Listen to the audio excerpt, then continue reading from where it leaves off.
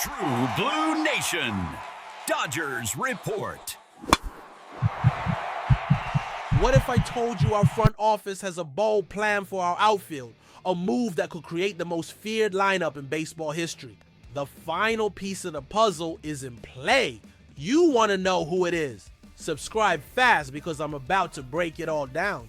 What's up, Blue Nation? It's your guy, as always, bringing you the hottest, most exclusive information directly from the MLB's inner circles to our channel, True Blue Nation Dodgers Report. I know that you, the True Blue crew, expect more than just the final score. You want the details, the deep analysis, what's really happening behind the curtains at Chavez Ravine. And that's exactly what I deliver. Before we dive into the news that's simmering in the league's internal circles, one that could redefine our outfield for the next decade, I ask that if you value this detailed analysis and want to stay ahead of the news, hit that subscribe button right now. Turn on notifications because things are heating up and you won't want to miss a thing. Trust me, let's get straight to it. The main topic circulating among executives and league insiders, a conversation gaining momentum with each passing day, involves a marquee name, Kyle Tucker. Yes, the all-star right fielder for the Chicago Cubs. The information, corroborated by an extremely reliable industry source like Bob Nightingale of USA Today, is that there is a growing belief among rival team executives that when the free agency dust settles, Kyle Tucker will be wearing Dodger blue. And I'm here to tell you, based on my own conversations and analysis of the situation, this isn't just smoke. There's considerable fire behind this speculation, and the logic is rock solid.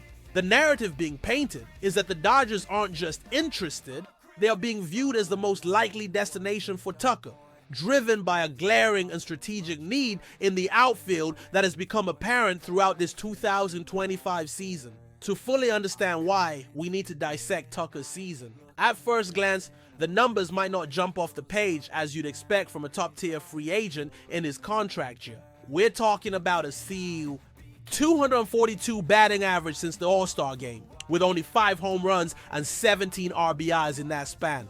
Overall in the season, he's at 22 home runs, 73 RBIs, and a .854 OPS in 133 games. Respectable? Yes. Spectacular for a player of Kyle Tucker's caliber? Definitely not. And that's precisely where the genius of our front office, led by Andrew Friedman, could come into play. Rival executives I've spoken with see this dip in production not as a sign of decline, but as a window of opportunity. They know Tucker's talent hasn't vanished. This is a 28-year-old player in his physical prime, a 4-time All-Star who consistently combines power, plate discipline, and elite Gold Glove winning defense. The calf strain that recently sidelined him since September 2nd is another crucial factor in this equation. Cubs manager Craig Counsell downplayed its severity, stating it wouldn't require an IL stint and that the team would be conservative. However, any physical issue in a contract year creates hesitation. Some teams might back off, worried about long-term durability, but the Dodgers' philosophy has always been different. They trust their medical staff, one of the best in the league, and their ability to analyze the underlying data. They see a player who, despite a minor injury and a second-half slump, still possesses elite metrics. His barrel rate, his hard hit percentage, his strike zone discipline, these things don't evaporate overnight. What other teams might view as a risk, Friedman and his team likely see as an anomaly, a temporary depression in the market value of a premium asset. It is precisely in this scenario that the Dodgers have historically pounced, acquiring elite talent at a perceived discount. Think about how they operate, analytically, methodically, and often contrary to conventional market wisdom. They are willing to bet on the talent and a proven track record over a few months' data sample. And Kyle Tucker's track record is irrefutable. We're talking about a player who, prior to 2025, was consistently a 30-30 threat, 30 home runs, and 30 stolen bases, with an OPS that frequently surpassed .900 and game-changing defense in right field. That is the player's true identity, and that is what the Dodgers would be investing in. The need, as mentioned by Nightingale, is the primary driver here. Let's be honest about our outfield situation in 2025. we've seen inconsistency. We've had to rely on stopgap solutions and platoon matchups that haven't always produced the desired results. The lack of an impact outfielder, a left-handed pillar in the middle of the lineup to complement Mookie Betts, Freddie Freeman, and Shohei Ohtani has been a visible gap.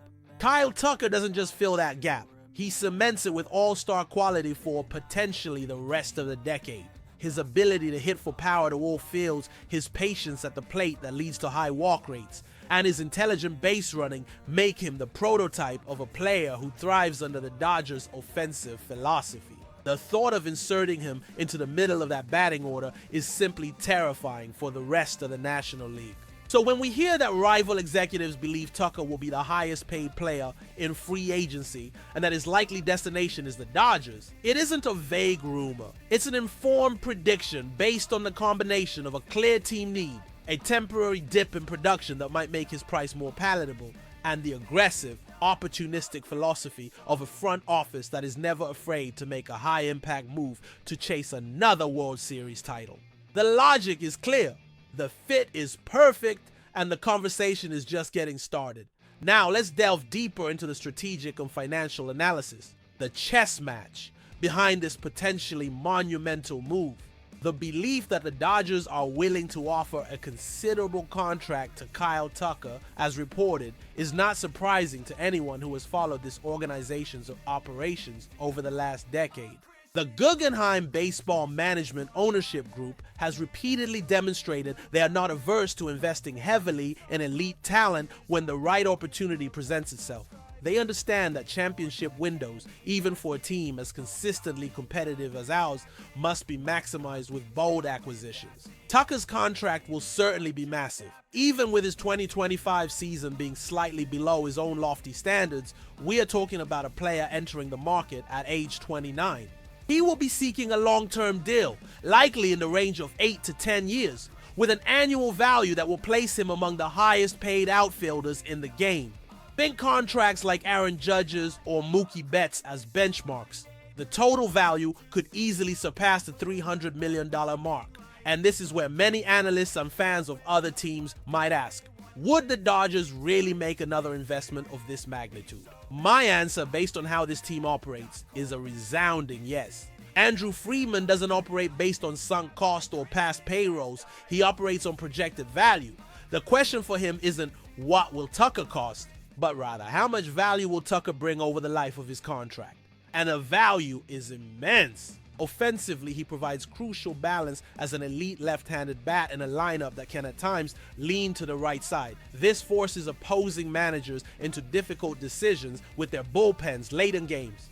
Defensively, his presence in right field at Dodger Stadium would be a significant upgrade. His speed and strong arm are tailor-made for that vast territory, saving runs and preventing extra base hits. Furthermore, there's the age factor. Acquiring a 28-29-year-old player means you're buying his absolute peak years. Unlike signing a free agent at 32 or 33, with Tucker, the Dodgers would be securing a pillar for the future, a player who can grow alongside the team's young core.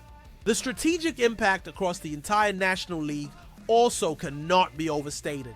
Imagine a team that already features Betts, Ohtani, and Freeman adding a hitter of Kyle Tucker's caliber. It creates an offensive murderer's row. That would be a nightmare for any pitcher. It would solidify the Dodgers not just as the favorites in the NL West, but as the team to beat in all of MLB for years to come. Teams like the Padres, Giants, and even emerging powerhouses would have to completely reevaluate their strategies to compete. It's a move that not only improves your own team, but also sends a shockwave through the league's power structure. It's a statement of intent, a signal that the pursuit of championships in Los Angeles is relentless and that resources will be used to achieve that goal. Tucker's second half production dip, as I mentioned, is the key to the Dodgers' strategy. While other teams might try to use that to lowball him, the Dodgers can come in with a strong, fair offer that acknowledges the player's elite talent, but that perhaps doesn't reach the absolute peak he might have commanded had he put up an MVP caliber season. It's smart negotiating, leveraging a small window of market uncertainty to lock down a long-term talent. The need is real.